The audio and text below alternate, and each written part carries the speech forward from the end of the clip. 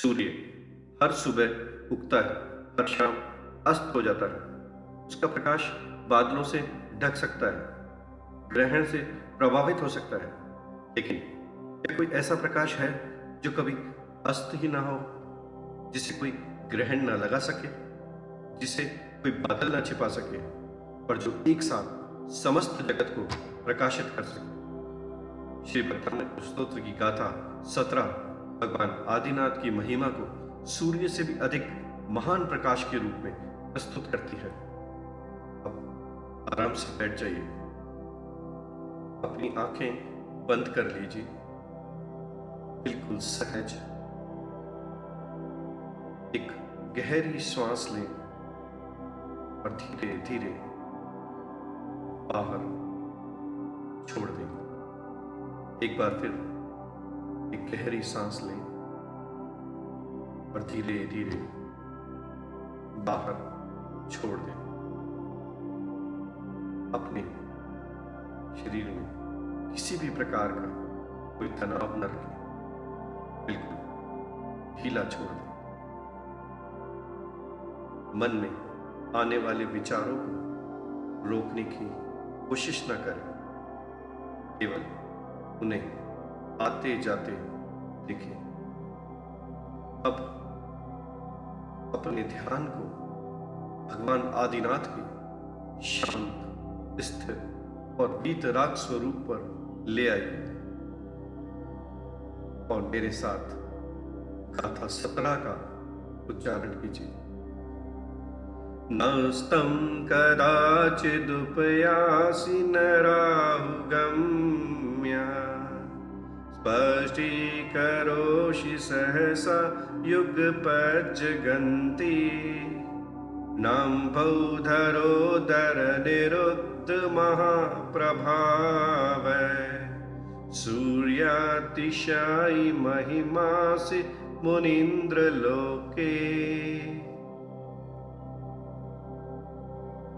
हे मुनीन्द्र, आप कभी अस्त नहीं होते, आपको राहु कह नहीं लगा सकता। आपका प्रकाश एक ही क्षण में समस्त जगत को प्रकाशित कर देता है। बादलों के भीतर छिपा हुआ सूर्य अपना प्रकाश कुछ समय के लिए खो देता है, लेकिन आपकी महिमा किसी बादल से ढकी नहीं जा सकती। इसलिए हे प्रभु, इस संसार में आपकी महिमा सूर्य से भी महान बढ़कर है। सूर्य हमें बाहर की वस्तुएं दिखाता है, लेकिन आत्मज्ञान हमें स्वयं को देखने की दृष्टि देता है। सूर्य के प्रकाश से हम रास्ता देख सकते हैं, लेकिन भीतर का प्रकाश हमें यह समझने में सहायता करता है कि मैं किस दिशा में जा रहा हूं, मैं क्या खोज रहा हूं, मेरे भीतर अशांति क्यों है, मेरे भय का कारण क्या है, मेरे क्रोध के पीछे क्या है, और मैं वास्तव में कौन हूं। यही वो प्रकाश है जो बाहर नहीं भीतर जागता है। हमारे जीवन में भी कई बार अज्ञान के बादल छा जाते हैं। कभी चिंता, कभी भ्रम, कभी भय, कभी मोह और कभी दूसरों की राय हमारी अपनी दृष्टि को ढक देती है। लेकिन बादल सूर्य को नष्ट नहीं करते, वे केवल कुछ समय के लिए हमारी दृष्टि से उसे छिपाते हैं। उसी प्रकार हमारे भीतर की जागरूकता भी समाप्त नहीं होती। कभी कभी वह केवल विचारों और भावनाओं के बादलों के पीछे छिप जाती है। ध्यान का अर्थ शायद यही है, उन बादलों को देखना, उनसे लड़ना नहीं, बस उन्हें गुजरते हुए देखना।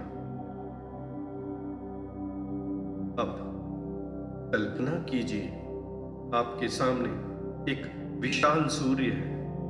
उसकी किरणें चारों दिशाओं में फैल रही है, लेकिन उसके पीछे एक और भी सूक्ष्म प्रकाश है, एक ऐसा प्रकाश जो आंखों से नहीं देखा जा सकता। जो बाहर की दुनिया को नहीं, भीतर की चेतना को प्रकाशित करता है। वही प्रकाश ज्ञान का प्रकाश है, वही प्रकाश जागरूकता का प्रकाश है, और वही प्रकाश अज्ञान के अंधकार से बाहर आने की दिशा दिखाता है। अब अपनी श्वास को सहज रखें, मन को शांत करें, भगवान आदिनाथ के वीतराग स्वरूप का स्मरण करें और मेरे साथ वृत्ति मंत्र का जाप करें।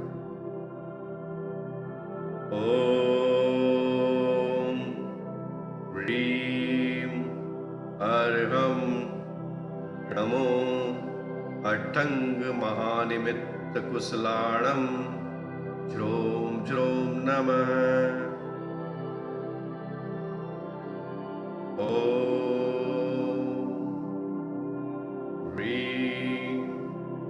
अर्हं नमो अट्टंग महानिमित्त कुशलाणं ज्रों ज्रों नमः। ओम ह्रीं अर्हं नमो अट्टंग महानिमित्त कुशलाणं ज्रों ज्रों नमः।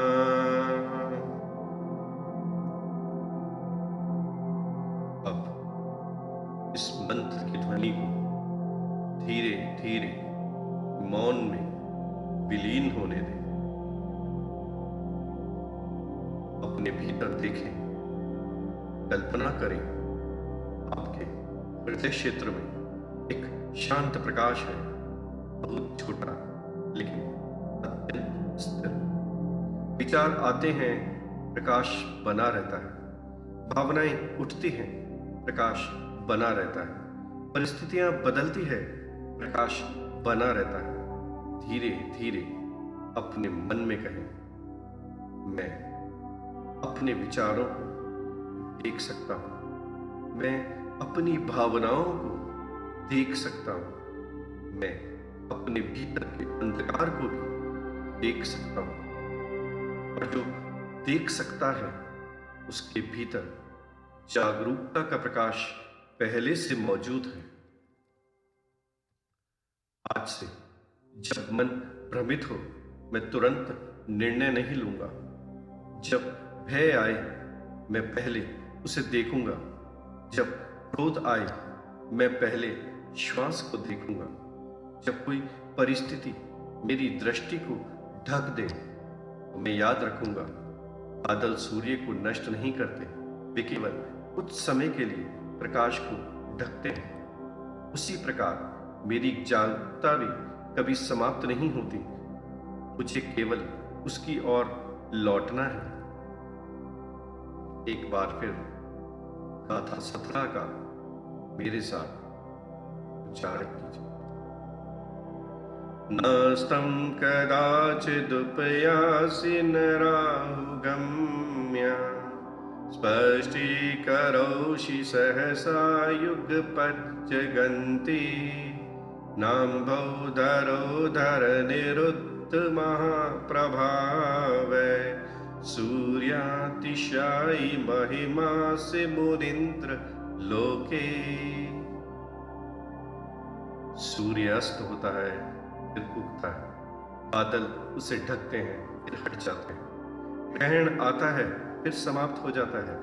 लेकिन आत्मज्ञान का प्रकाश किसी बाहरी घटना पर निर्भर नहीं, वह प्रकाश भीतर जागता है और भीतर ही मार्ग दिखाता है।